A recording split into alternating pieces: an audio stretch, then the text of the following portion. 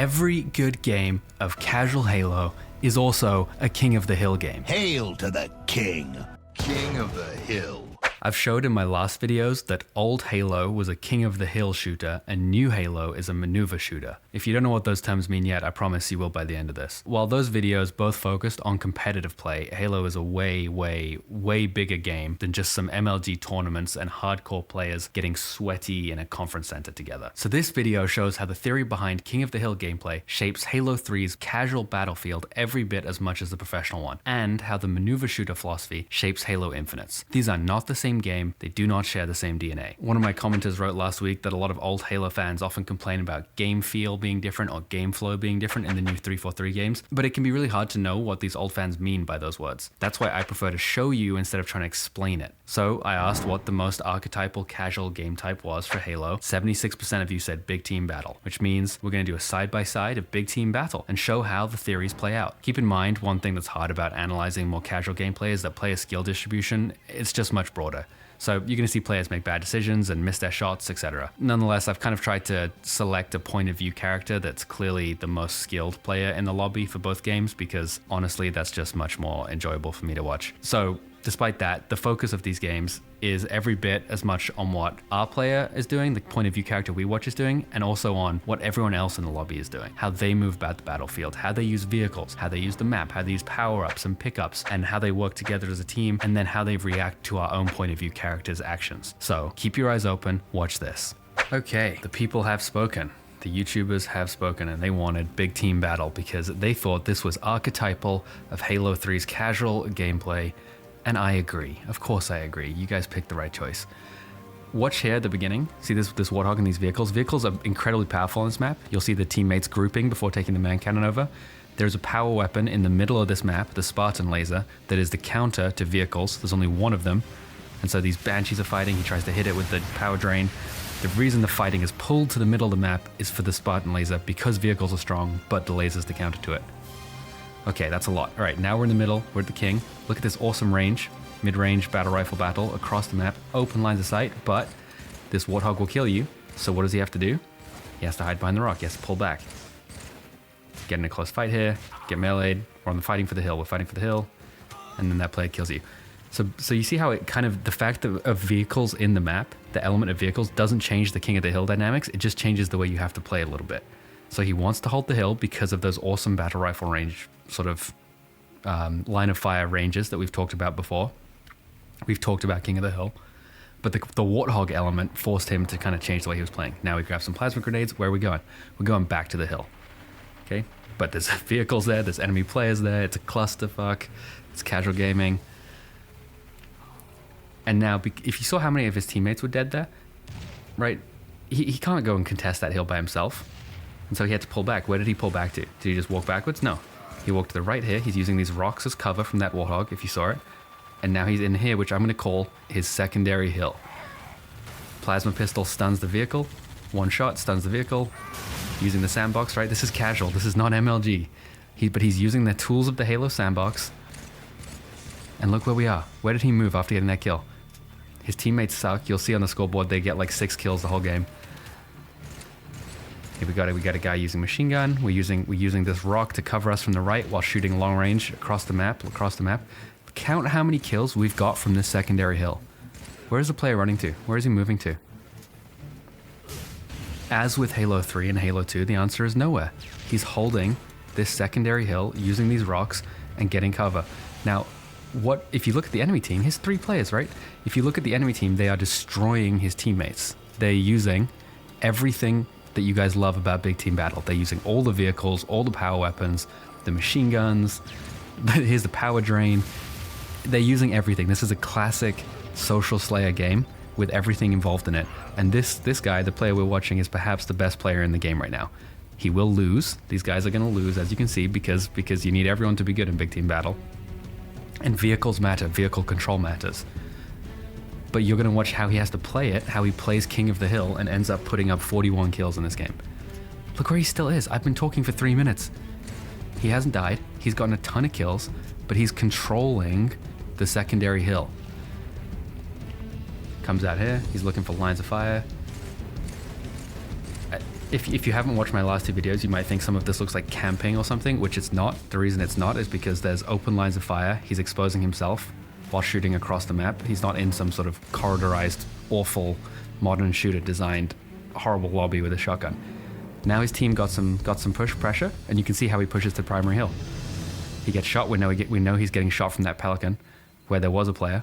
His vehicle, right? See how the other team is using all these vehicles to control the map, to dominate. They're playing the big team battle the way that you think of it, and then within the big team battle, here's the guy who shot him. We have this guy playing King of the Hill.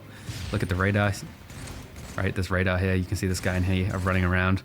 The radar doesn't have any Z-axis indicator on it, so it's still got an element of like brain power to work out who's above you and who's around you, even while there is this radar. So he opted to shoot that player, hoping the rock would protect his back. He knows there's still a player around here somewhere. Thankfully his team has that Warthog. Okay, this guy just disconnected. You'll love to see it. And his last guy shotgunning him and doesn't kill him with a shotgun in melee range. I mean, that's the quality of game opponent that we're watching here. But shout out to the guy we're watching. He didn't choke. Now we've got the Spartan laser. That guy he showed it. Nice, we got a killjoy. Where are we going? We're going to get that Spartan laser. Oh, just kidding. Another guy with a funky weapon. Here's a guy holding a turret. What are we going to do? Probably going to kill him. And then hopefully we go get that Spartan laser, which will let us contest the vehicles that have been pushing our teammates all over the place. Oh, again, look at the range. Look at the range. Look how open everything is. Do you see those two guys? See how you're constantly sort of have lines of sight, and then you're able to use this hill to control the map and control the game, even though you're losing. Here's the Spartan laser. We said we were gonna go get it. And he got one kill. Hopefully he's gonna get the rest of that vehicle. The man cannon. Anyway, we called out that Spartan laser was going to be used a minute before it was. But you know how the game's going to play once you see that this guy kind of knows what he's doing. And did you see how he retreated? How he pulled back to the secondary hill? Because the enemy was man cannoning in and his teammates were dead. Right? His teammates aren't very good.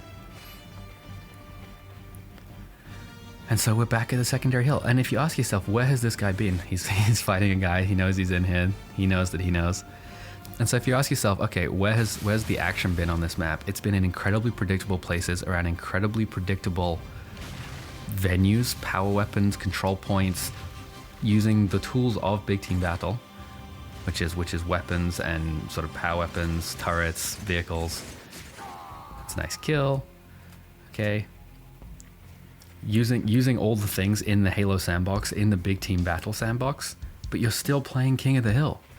And yeah, it's slower pace and it's not as quite like MLG hype man, and there's no commentator. You just gotta listen to me droning on about how this proves I'm right about everything. But nonetheless, here's a vehicle killing all of your teammates. Do you see how he waited? The Spartan laser shows a red laser to the enemy team so they can dodge it. That's the counterplay. But he pointed the laser at the ground right before jumping so the enemy team couldn't see it. And as you saw there, the laser counters the vehicle, but the laser was put in the middle of the map so that you go to the middle of the map where conveniently you have excellent lines of sight to use the laser. And so, how do you win the map? How do you win the game? You hold the map. You play King of the Hill with the tools of the game. Because if you're controlling the hill, then someone else can run around with the Banshee or doesn't have to worry about getting Spartan lasered. All right, I hope this is starting to make sense, even though you're watching what is this is not MLG, it's not Lockout. Obviously, these guys are not talking to each other. You saw he muted every single person in the game. There's no communication happening. How do you think we're going to navigate this? 2 dead teammates, 2 alive, mid-range shots. Oh, what do you know? Instead of running straight across the open, we move to the secondary hill before we push the primary hill, which is what we'd obviously like to do. We just got sniped from the right, which means there's a sniper over there somewhere. Okay, so if we know there's a sniper to our right. Oh, nice. Look at all these bait we've got. Okay. Well, they're all pushing up there. There's a Banshee. And we've retained the Spartan laser, which we're going to use against the Banshee, even though the Banshee is being used successfully. Like, don't just watch the player character. Also watch the other elements of the game. Know that this guy flying the Banshee ultimately wins the game, even though he just got his face lasered off.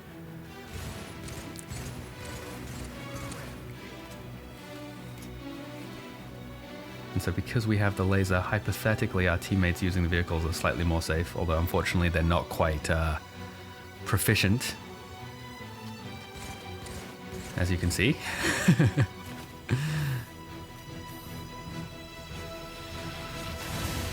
Alright, there's another one done. And again, see this endless parade of vehicles being used? This is a classic Halo big team battle experience. And so if you're the other team, how is the other team playing? Oh, that guy got jacked out of his Banshee. If you're the other team, you're using the vehicles and the way that the map is sort of designed, and power weapons, hopefully the turrets and everything, to absolutely lay waste to these less skilled, more casual focused players. That guy just got sniped and killed. I know everyone here is having a good time, right? This is not competitive. Although that guy's really been gunning for our intrepid hero.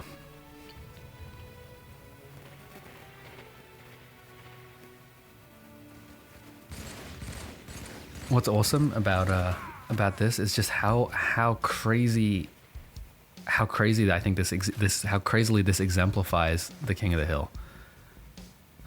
You know, this is like the first time in a minute or so more, I think he just left that secondary hill. He's grabbing his little sticky grenades, I think.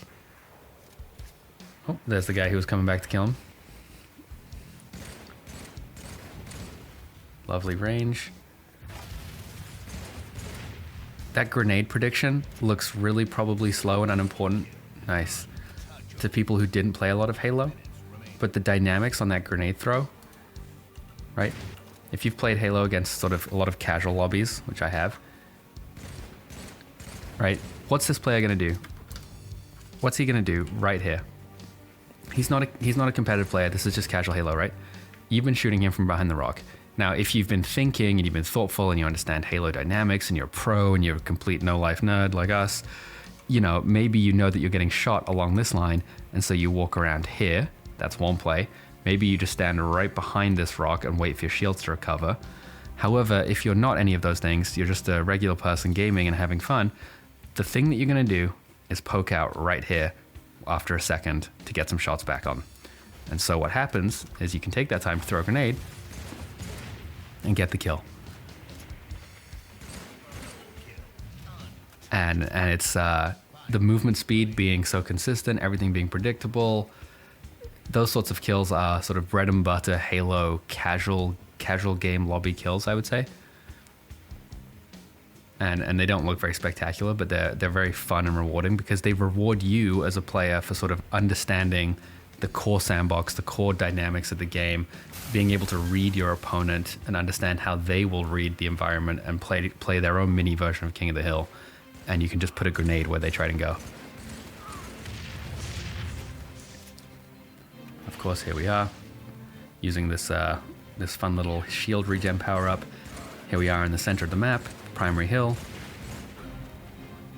And as you can see, right, his team is getting dumpstered. The vehicle control from the other team is insane, and his team is just having a great time driving around, having laughs. I think he's probably the only person playing this lobby seriously, except maybe that Smocker Joe character.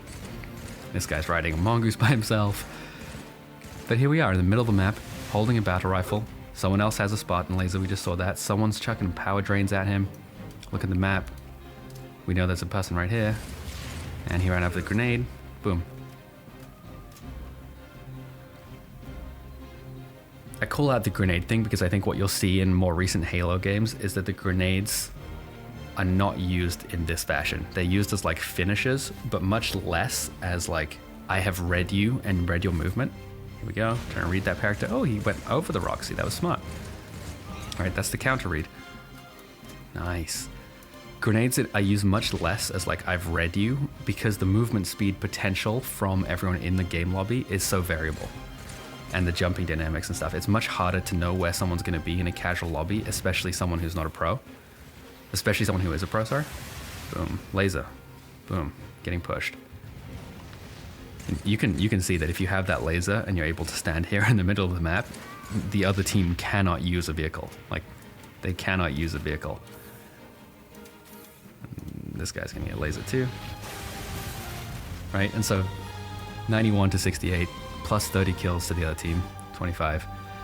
They've been using those vehicles to get all the kills, but if you let this guy stand up here in the top with a Spartan laser, he's the king of the hill. And so these guys are kind of trapped in their base now. But in the base spawns a sniper, and so we have to be a little careful. Unfortunately, that guy can't hit the sniper. Ay, ay, ay. Hypothetically, the sniper would be a nice counter to the Spartan laser with equally sort of skilled opponents. And so here we are, and of course his teammates are running in and dying relentlessly while trying to charge across open ground, as they should. As they should die, I mean, because that's not how you play the game. But from our point of view, we're holding the hill, and we are getting some advantage for our team. They don't quite understand how the game flows and how to read the map state, so they take this little advantage that our player character is creating for them, and they throw it away by just sort of charging across open ground right here. And as you'll see, kind of brings the game to a close. That was funny. Like, obviously these players are just having fun. Like, that guy just took a mongoose over the man cannon.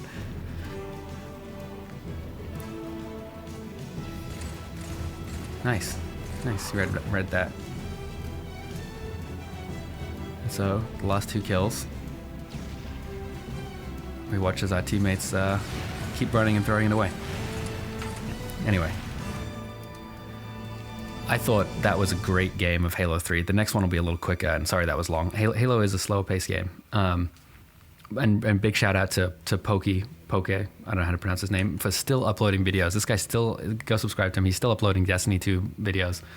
His 41 kills Invincible run is pretty awesome. As you can see, his teammates, he got more kills than the rest of his team combined. I said that Smoker Joe was doing good. Everyone here is having a good time, all right? Like, this is not some competitive evaluation, right? This guy's playing couch, this guy's playing couch.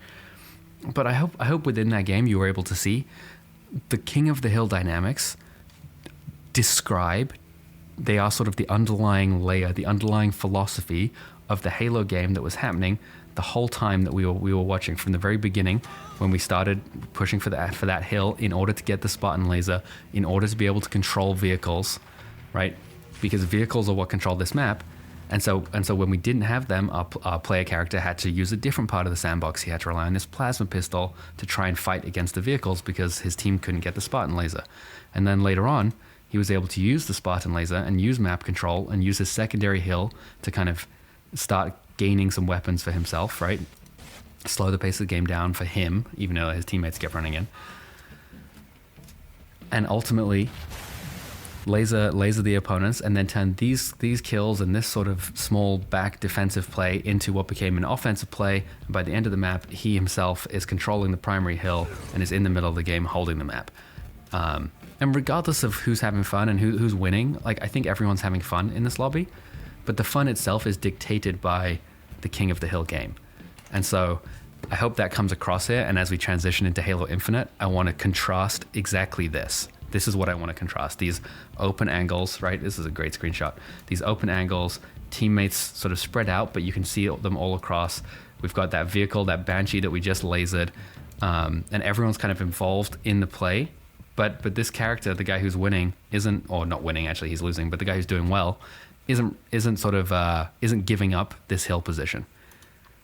All right.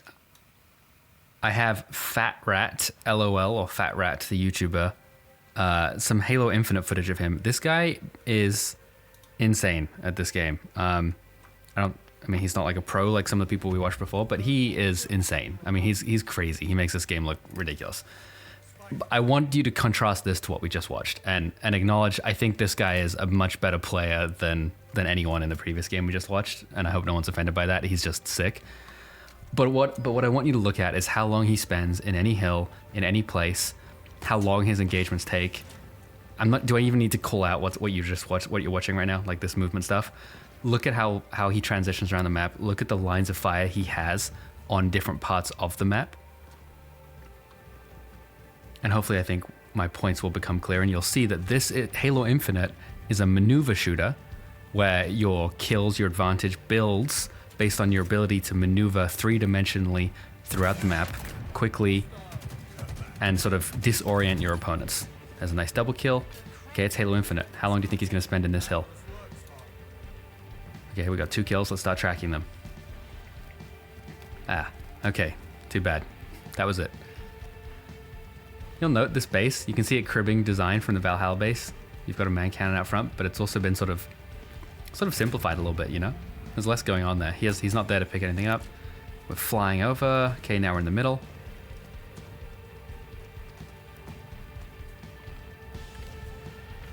Please, I hope you see these trees. Or rather, nice, two potential opportunities here. Or rather, see how you can't see anything because of these trees. Compare that to Valhalla. I'm sure whoever designed and modeled these trees did a great job. Looks just like Pacific Northwest, but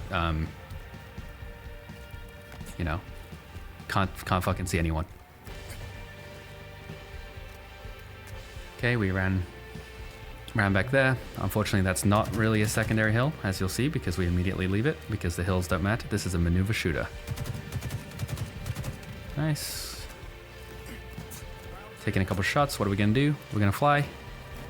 Okay. Flight mode activated. Skewered that guy. And even as I critique the gameplay, another grenade kill down in this death corridor. This is not a hill, it's a death corridor. If you wanted to call it a hill, I think that's fine. I'll put a timer up for how long we spend here. Certainly he gets a lot of kills here. But I hope you can at least see what my critique on this not being a hill, and that like you can't control the map from here. You can't shoot anyone from here. It's just a nice little death corridor in the middle of the map where players have to sort of funnel through if they want to move around. Now, I am going to rewind that. A, because it was sick. It was a dope play, and I think this guy should show off how sick he is, and we shall rewatch it again. But also, to contrast this, if you, in the Halo 3 game we just watched, he was in the center of the map, kind of playing around, using the map, the mini map, and a sort of a big rock to play sort of like ring around the rock and Z-axis games with another player on the other team. Here we have also some Z-axis games that are going to get played. But the Z-axis games are so insane. This other guy has no, like, here he is on the map. He can see you. He's looking for you. You see him looking, but it's like you came from, I mean, literally Peregrine Falcon, death from above. And so that individual player's understanding of what just happened in that one-on-one, I think when people say Infinite feels sweaty, it's a whole bunch of stuff like that where like some game designer, system designer can step back and say, well, this player acquired the grapple, which makes that engagement no different from someone getting the Spartan laser. But as far as that player is concerned, it's just like someone just Supermaned them from the sky and then sort of won a regular battle rifle battle. And so the dynamics of the game, it puts all this sort of hyper twitch based mechanical skill gets brought to the forefront of the game, which is what I said in the last analysis. Nice. Where basically the player who got his head dropped on could have turned it around if he was a mechanical god. And so it just makes you, that's where the sweat comes from. If you just got lasered, then it's like, you know, I just got lasered. Getting some more kills, moving around the map. I'm not making a huge deal verbally of how much movement is going on here because it's just goddamn obvious.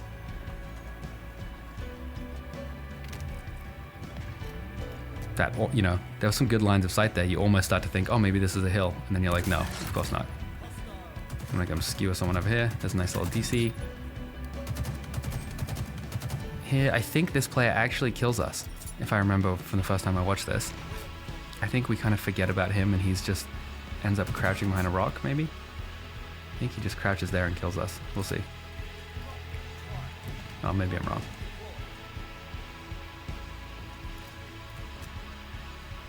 Must be wrong. Must be someone else.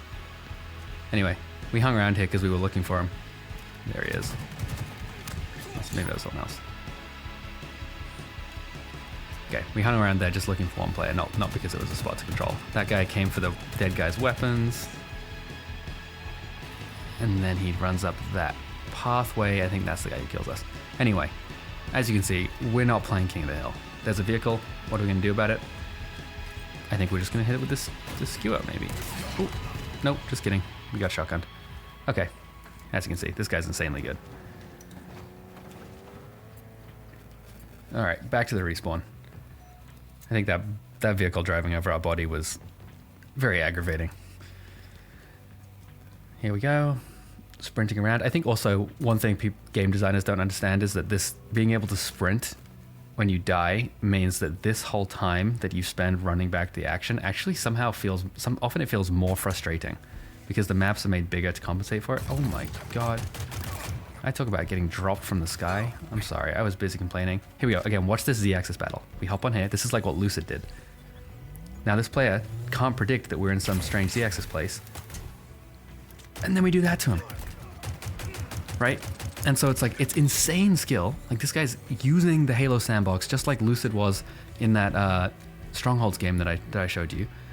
But but the actual gameplay, the mechanic play is like, you know, we got some guy holding a turret. He's just trying to have fun, and you're like three-dimensionally zipping over rocks into his face. He can't predict what's going to happen, which means he's disoriented, which means he's surprised, which means he's shocked, to quote Boyd. And all of those things contribute to him feeling sweaty. And so as you look at this lobby, you know, you ask yourself, do I see anyone driving around in a mongoose just kind of having a good time? And that guy's having a hammer. He's trying to have a good time. Somebody on YouTube, by the way, told me that rifle, this one, not only is it a precision long-range sniper, it also stuns vehicles. And I don't know if I believe it. If it's true, that's ridiculous. And it's ridiculous because in Halo 3, you saw how on that last map, nice, he had to use... Okay, we're going to use the rockets here. Oh, and look how he uses these rockets as well. Sorry, I'm multiple trains of thought here, but look at the movement he uses. He combines movement with rockets instead of King of the Hill with rockets. Watch this. It's fucking sick. It's not Halo, but it's fucking sick. But it's just, I mean, here we are, boom. Like, this guy's literally the Amazing Spider-Man. Anyway, yeah.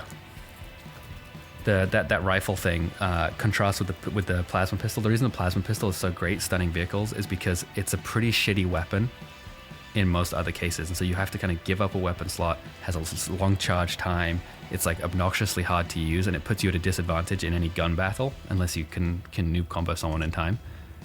And so that makes it a fair trade-off for stunning vehicles. Unfortunately, didn't have access to a battle rifle, so that last was a bit scrappy. Anyway, his team dominates. I mean, this is crazy. It's not even close. And then we get a cool little end screen of the scoreboard and stuff like that. That was a lot quicker game. Hopefully, you got the idea. I don't think we need to find a longer one because it's just so self-evident what's happening in the game. It's a maneuver shooter. When we come around here and we look at some of these bits, the opponents here, they're completely disoriented. They have no idea what's coming. They didn't like their prediction algorithm for what was about to happen to them. There was no expectation. Like this guy right here didn't expect any of that to happen to him. I think actually even a better example of this is the sort of three-dimensional games that we played on this rock right here with this guy, where we sort of hopped up onto this little ledge here, which is cool. I think that's a creative jump. That's maybe fine. And we peek, and we have no shield, so he comes around with his little turret, and then we do this to him. And it's like, at this point, you know, if you could just put like a surprise Pikachu over this guy's face, I mean, he's just done for. Nice, we got a Killjoy. Where are we going? We're going to get that Spartan laser. Oh, just kidding. Another guy with a funky weapon. Here's a guy holding a turret. What are we going to do? Probably going to kill him. And then hopefully we go get that Spartan laser, which will let us contest the vehicles that have been pushing our teammates all over the place. When I talk about maneuver shooter, if you listen to my conclusion at the end of that video, it's about the essence of the movement, the maneuver, is about disorienting the opponent and using that disorientation to create a lag in their response time because they come unglued was the quote. And in that space, you kill them. And so a pistol kills two players, 2v1.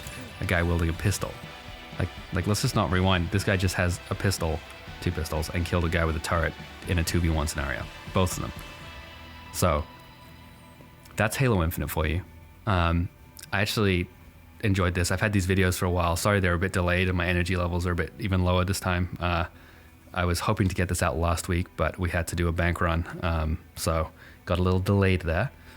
But I hope you can now kind of see the comparison, how what I said in my very first video, Halo is not a degenerate game. It's just not. The stuff that you see play out in your casual game modes, in your regular lobbies, even in your ranked game modes, but just at lower skill levels, everything exemplifies, everything is part of the King of the Hill philosophy in the old Halos and the maneuver shooter game theory philosophy in the new Halos. And ultimately, whatever you like is what you like. The critiques that old Halo fans have of new Halo being sweaty, being competitive, it comes from a place of constantly feeling disoriented, of constantly feeling pressured, of constantly being needing to keep track of these sort of three-dimensional movement craziness of everything that is now in the sandbox in a way that never quite resolves to that simple diagram I just showed you in the last game of the guy going behind the rock, and it's just, where's he gonna walk to? I'll put a grenade there. Oh, he walked the other way. Now he kills me. Very simple.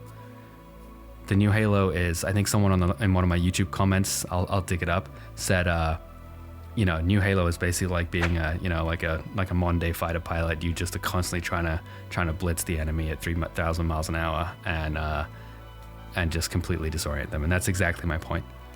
Of course, I can't actually end it there. I wanted to, but I can't do big team battle. I can't do it justice without talking about vehicles. They deserve their own segment. I mean, a proper segment on vehicles. So I've showed you how big team on Halo 3 plays like King of the Hill. You need to play around the vehicles and use the map and then power weapons to control them, or else those vehicles will steamroll the whole game. But we have to look at the game from the vehicle driver's point of view to really appreciate what makes it so enjoyable to drive and fly these vehicles around in the old Halo games. I'm not going to go into a ton of detail here, there's other YouTubers for that, but comparing Halo Infinite's vehicle dynamics and Halo 3's, it's important to note a couple things. First, movement, running people over who only have a single fixed movement speed and a predictable jump animation is pretty easy. After that Halo Infinite gameplay you just watched with the player zipping, dipping, and slipping all over the map, you can imagine how frustrating it is to try and run someone over with a warthog who's doing all that. So did you see anyone even try? No.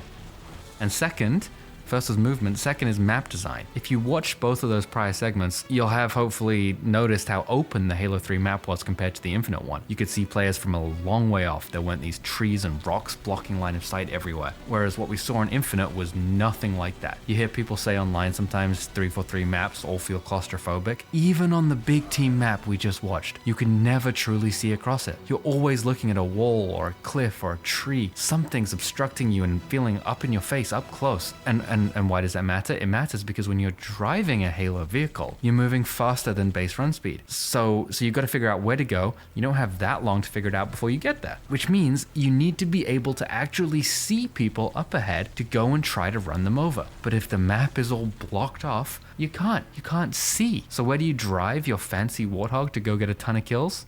You don't. Combine these two factors, base movement speed and map line of sight, with the core fact that everyone else on the map is playing King of the Hill in the old Halo games, and you get a perfect recipe for unique vehicle gameplay.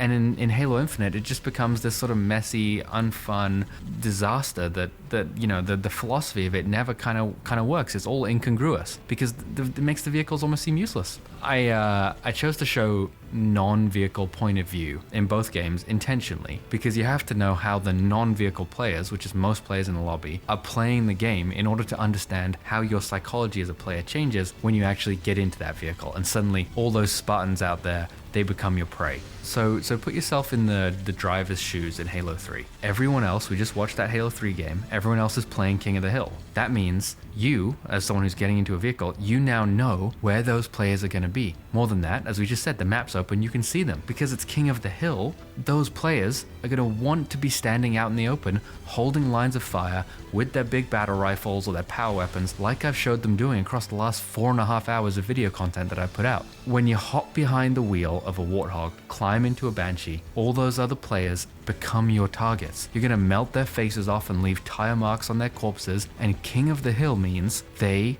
want to stand out in the open. Can you see how easy this makes it for the vehicle driver? But it gets better. They can't move quickly. Their movement is ultra predictable. They get one jump and you can time the splatter easily or line up the Banshee plasma cannon. Once you have them in your headlights, there is no running away. This easiness accentuates the power fantasy of vehicle combat. And then to top it all off, the big wide open nature of the big team battle maps means everything is happening across gloriously wide open lines of sight. You can see these dumb idiots a mile off. If they hear you coming, it doesn't matter. Their run speed is capped, their strafing's predictable, and they don't have all that many tools to deal with you. And so the vehicle becomes the apex predator of the sandbox without requiring incredible reflexes and pinpoint aim. It allows a broad swathe of the player base to experience a pretty incredible power fantasy. And so I can tell you, Halo's vehicles are just fun to drive. The physics are fun.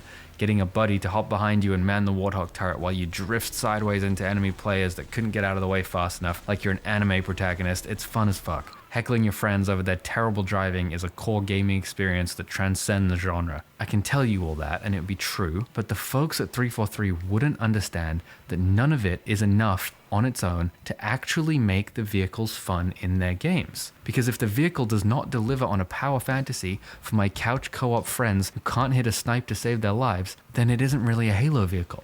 It's failed, it isn't working, and consequently, it isn't fun in the new Halo sandbox. Instead of focusing on a single player's point of view and the decisions they made during the game, and then what that tells us about the game's philosophy, I've let this reel of Halo 3 vehicle clips play out in the background. Also because editing just takes a lot of time and I can't take any more vacation time. And you can watch any one clip here and ask yourself, where would I go next if I was driving this vehicle?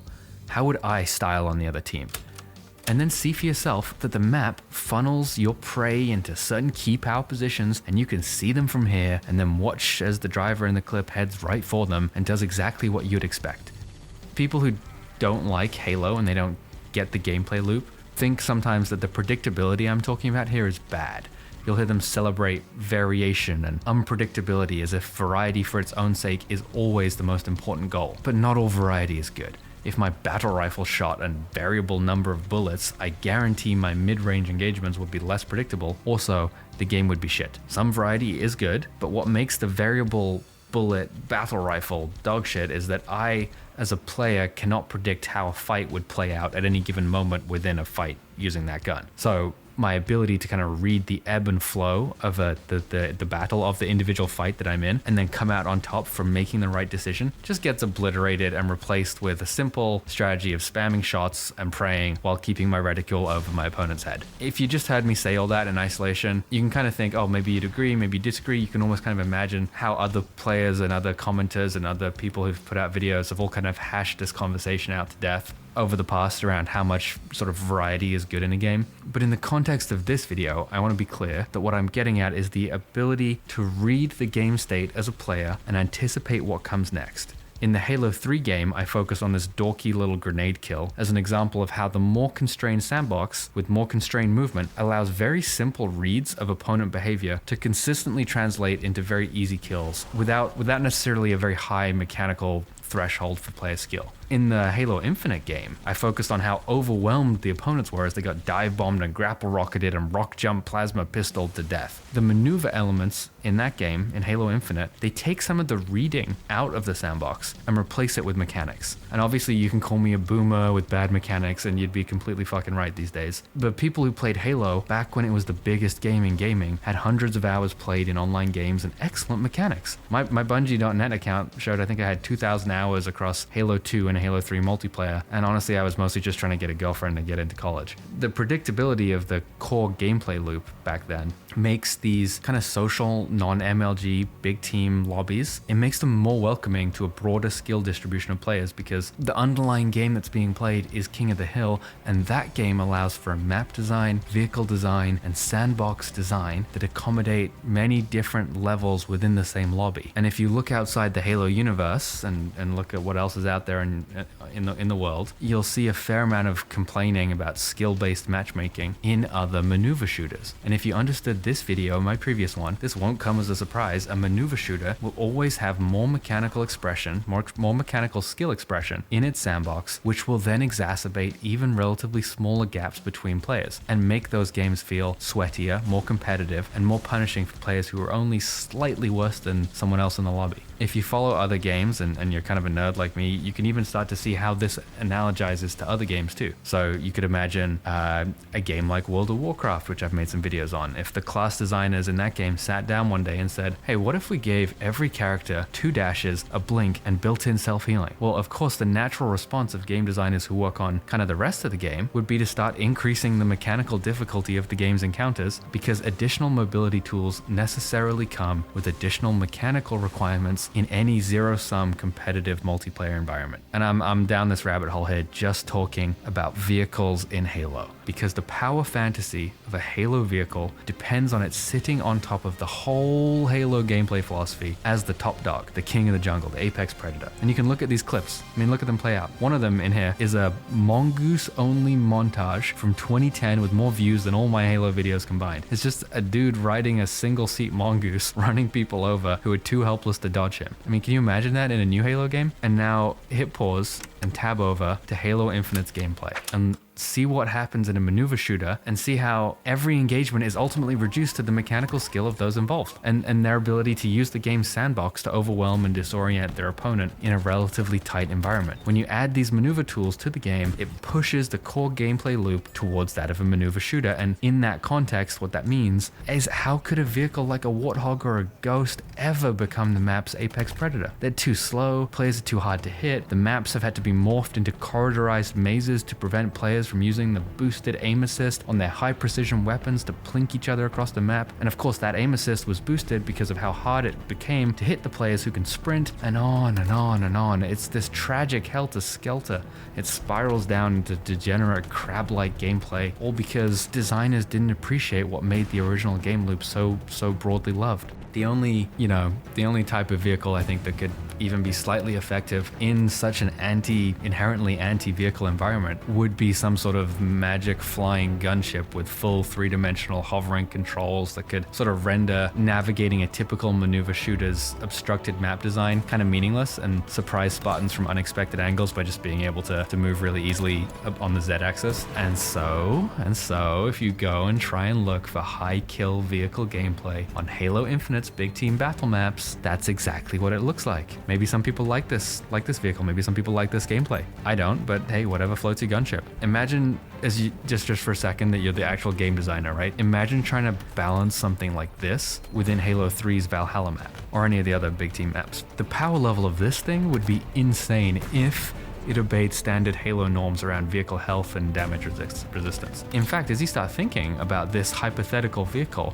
in the old Halo sandbox, you can kind of immediately start to see why some game designer came up with the idea of countering it with the long-range precision weapons that can one-shot stun vehicles that I talked about earlier in the Infinite footage. And yes, it was correct. I looked it up. That thing really does stun vehicles. But of course it does, because it exists within this sort of silly game of ever-escalating rock, paper, scissors, counters and counter-counters, that the core gameplay loop, it's kind of been forgotten and left to rot a bit, because the core gameplay loop of Infinite is a maneuver shooter loop. It's not a King of the Hill one. And maneuver shooters, as we said, push movement speed, abilities, aim assist, weapon balance, map design, all of them in a certain direction. And that direction means standard Halo vehicles no longer have an empty space at the top of the Predator hierarchy. They can't find targets, they can't see targets, they can't find them, they can't hit them, they get blown up by everything, they get stunned by everything, they can't maneuver the map, they can't get away. It's why would you do it? And then mechanically complex vehicles are then added on top of that sandbox, new ones that offer 3-dimensional movement control in a manner that was never seen in the older Halo game titles. And maybe in some way this new gunship puts vehicles back on top a little bit, but maybe then it makes them too good, right? So maybe then they need counters, and the standard Halo counter would be to put like a Spartan laser in the middle of the map and let players play King of the Hill for it. But you can't do that here. There's no hill, and the game doesn't play that way anymore. So you've got to put multiple counters in to make it easier to tackle this now overpowered vehicle. Maybe you need to lower its armor to make it weaker to a wider variety of players or something. And you get to the end of this decision-making chain, and what you've done is you've made all the other vehicles worse, and it's not, you don't even have that essence of vehicle combat that you were trying to solve for. Welcome to the 343 game design process. Let me tell you, it never ends. A friend of mine worked at Blizzard for a few years, and I was complaining to him once about the state of World of Warcraft and how it felt like the devs barely even played the game. And he explained to me that of course most of the dev team doesn't really play the game. He didn't even have a UI set up for the game with add-ons, nor did most of his coworkers. And honestly, you know, I can kind of understand it. Working on something all day and then voluntarily playing it after hours is a big ask, I think, right? Most games are not worthy of such devotion, and most games honestly just aren't that fun. Most games today are full of arbitrary monthly active user juicing mechanics that push players away and try to maximize player monetization. They want players to be in their game as long as possible and why? Why would you force players to be in the game long as possible, right? Because you're more likely to spend money, you're more likely to do microtransactions. It's all these free-to-play tactics are in this new Halo. So yeah, this is something that I don't want to see. But are 343 trying to make most games? Is Halo's destiny to be just another game? Just another sci-fi shooter with a slightly stylized aesthetic? Just another crab? Maybe. I'm not asking anyone to run crunch time 24/7. I know the gaming industry is just famous for horrific working hours and blowing up people's lives over their job. I understand how demanding the business is. This isn't about telling people to work more. It's about asking if the people making the game actually love playing it. Because the people who go work at gaming companies, I know they all love games. Like, nobody goes into that industry for money. You'll make way more money in like finance or tech or whatever else your country's dominant industry happens to be. Go get a STEM degree, kids. But you work in gaming because you love games more than you love money. The people in the marketing department, they love games. The penny pinchers in finance, they love games. The office manager, the community manager, the support, QA teams, they all love games. And so my question for these people is, do you love your own game? Do you love Halo? If so, why not make a Halo game?